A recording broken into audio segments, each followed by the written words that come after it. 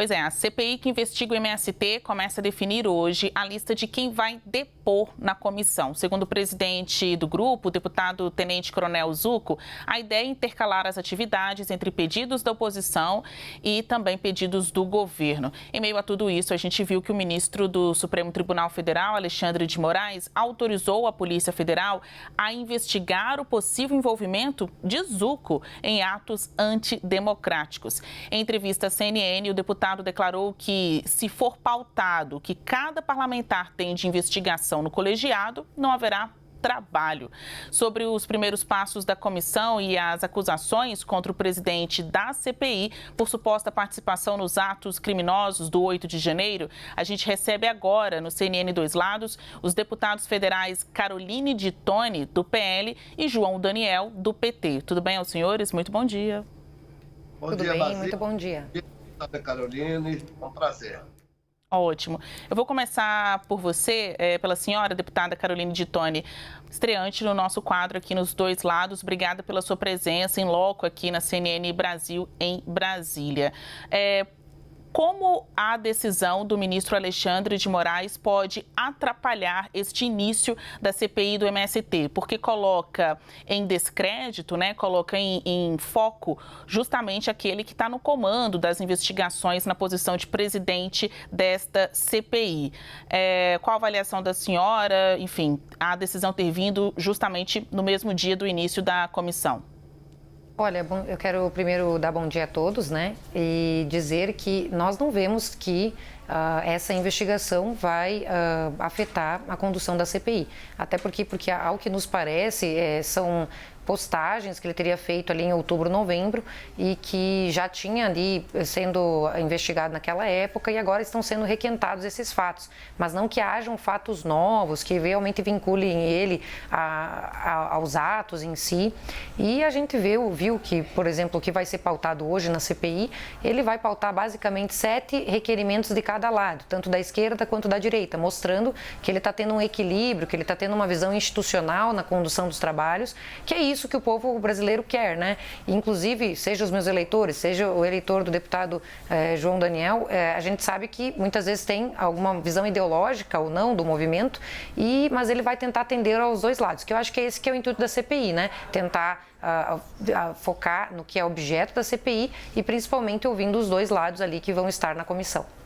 Deputado João Daniel, a mesma pergunta. Essa investigação, a gente vê que quem está apurando a CPI do MST, apurando os fatos que estão aí sob investigação na CPI do MST, agora também está na mira do Supremo Tribunal Federal sobre os atos do 8 de janeiro. Esse pedido do ministro Alexandre de Moraes, essa decisão do ministro, pode atrapalhar o início da CPI do MST? Olha, Basília, primeiro eu queria dizer que essa CPI, ela não tem nenhum motivo para estar sendo aberta. É uma CPI que tem como grande objetivo criminalizar aqueles que lutam por reforma agrária no Brasil. E esta presidência que assume tem, entre outros parlamentares deste mesmo grupo que pediu a CPI, parlamentares que participaram ativamente do bolsonarismo, dos grupos fascistas radicais neste país, Então é muito importante que haja todo o direito de defesa ao presidente Zuco, mas que ele é investigado por apoio a ações terroristas de 8 de janeiro. Portanto, é parte do histórico do presidente.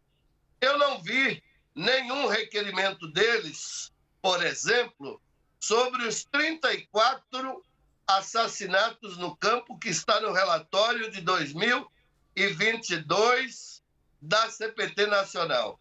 Nenhum desses assassinatos no campo está relacionada com o MST. A única coisa que querem é investigar o MST, trabalhar para colocar o governo numa defensiva sobre a questão da reforma agrária e acobertar quem fez grilagem e assassinato no campo. Lamentavelmente. Eu espero que o presidente e o relator, e é isso que nós fizemos as nossas solicitações, haja o mínimo de respeito e democracia para fazermos um bom debate e debatermos os verdadeiros problemas agrários do Brasil. Deputada Caroline de Toni, até para ter um equilíbrio aqui no tempo, nessa sua próxima resposta, a senhora pode falar um pouco mais, né, para se equiparar aí no tempo a tempo com o seu debatedor aqui, né, no quadro, o deputado João Daniel.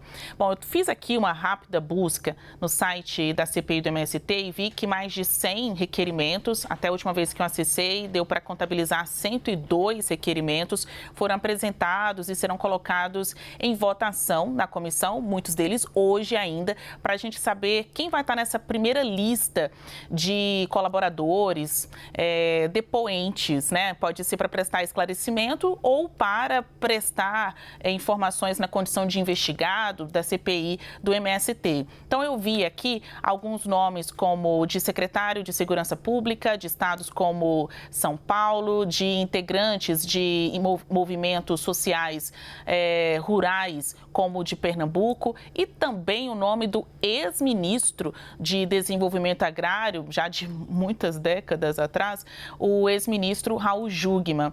Qual o objetivo destes nomes estarem sendo aí apresentados como sugestão de depoimento à CPI? O que vocês defendem como rol de depoentes para este início de comissão? Deputada Caroline de Toni. Olha, primeiro eu gostaria de rebater o que o deputado João Daniel falou com relação à qualificação que ele fez aos deputados integrantes da CPI. Ele comentou, porque a maioria dos integrantes são bolsonaristas, um grupo fascista. Então, assim, a forma como ele qualifica, né, os deputados é uma forma totalmente pejorativa.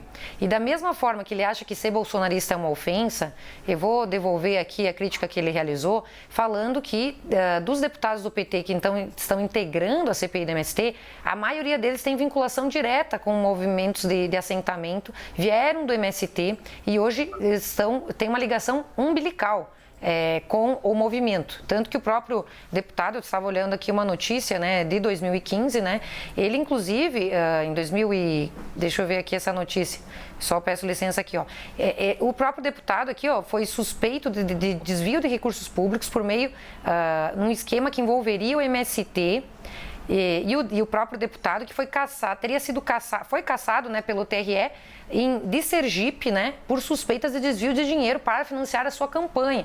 Decisão essa, que vamos fazer aqui a correção, porque eu sei que ele vai depois responder, foi anulada pelo TSE. Mas isso mostra o quê?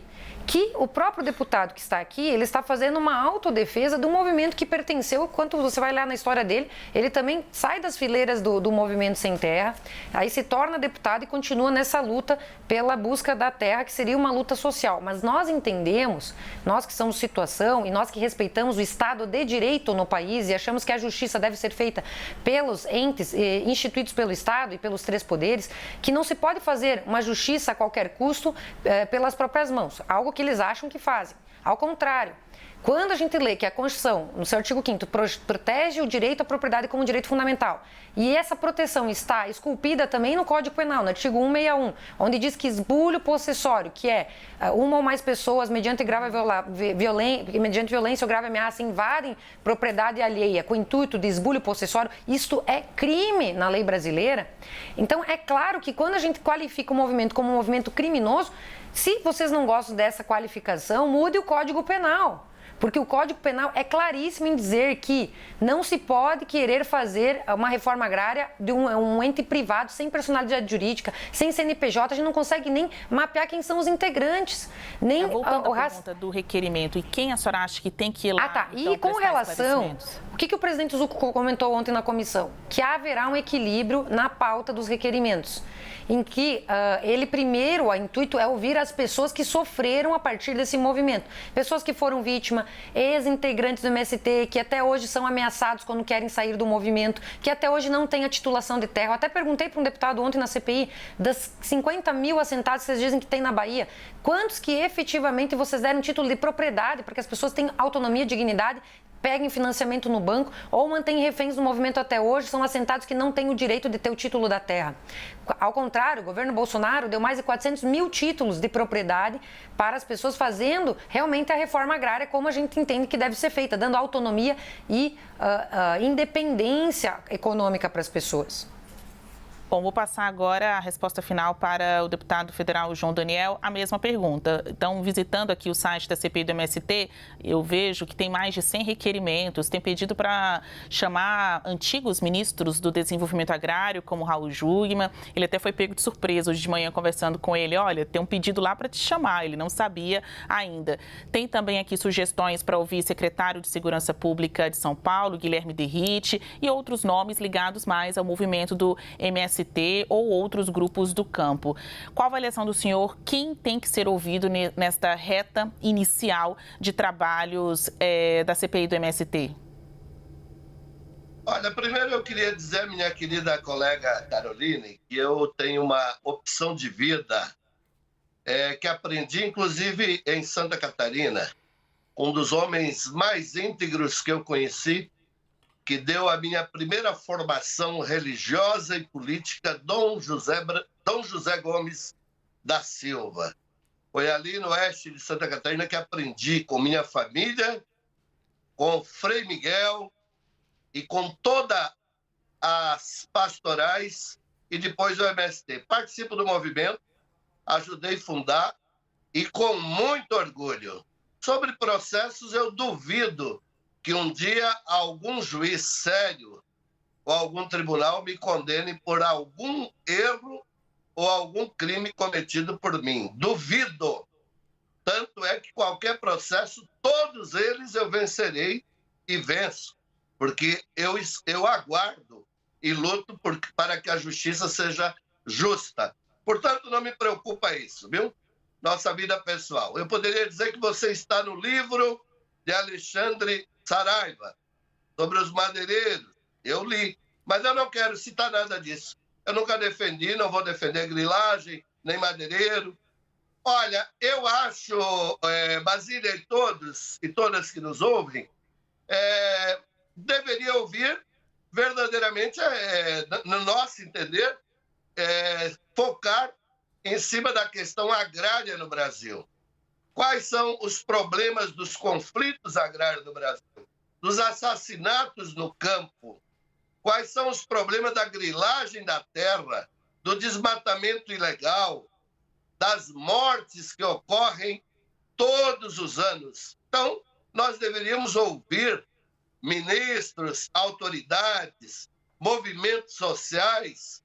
Nós não somos contra fazer diligência, visitar. Nós estamos aqui democraticamente. O movimento não tem medo, não tem nada, não tem culpa de nada. Aliás, todas as CPIs que já tiveram contra o movimento, nada foi encontrado. Portanto, não há medo. Agora, vocês, minha querida colega, a única coisa que querem é criminalizar um movimento justo de luta pela terra no Brasil e colocar o governo numa defensiva. Mas a luta mostrará a verdade e eu espero que a CPI possa mostrar também. Certo, eu vou dar 30 segundos para as considerações finais, 30 segundos mesmo. Deputada Caroline de Toni. Então, só considerando que a presente CPI, ela foi instalada por uma demanda, um fato que realmente está acontecendo no Brasil e que nos preocupa. O aumento de 143% das invasões, mais de 56 invasões de terra já nesses primeiros meses de governo Lula. E normalmente ocorrem em governos estaduais onde há uma certa conivência com o movimento. Isso nos preocupa porque são terras produtivas, são pessoas que realmente produzem para o agro do Brasil e não são pessoas que contribuem para a economia e estão sofrendo na mão de um movimento que destrói lavouras, queima maquinário, destrói propriedades. Então, o que a gente quer fazer é chegar à verdade dos fatos e quem for realmente criminoso vai ter que pagar. Essa é a nossa intenção. Há outras formas de fazer reforma agrária e não é ofendendo quem tem o direito justo de propriedade. 30 segundos, João Daniel. Olha, todos os proprietários rurais que respeitam o meio ambiente, que cumprem a função social e que não têm trabalho escravo, nunca se preocuparam e não devem se preocupar. Só se preocupam com o MST e com a reforma agrária quem tem latifúndio improdutivo, tem trabalho escravo e tem crime ambiental. Aliás, a legislação brasileira é muito clara quais são as áreas que podem desapropriar. Por isso, não vai dar em nada essa CPI se ela não for focada no real problema agrário brasileiro.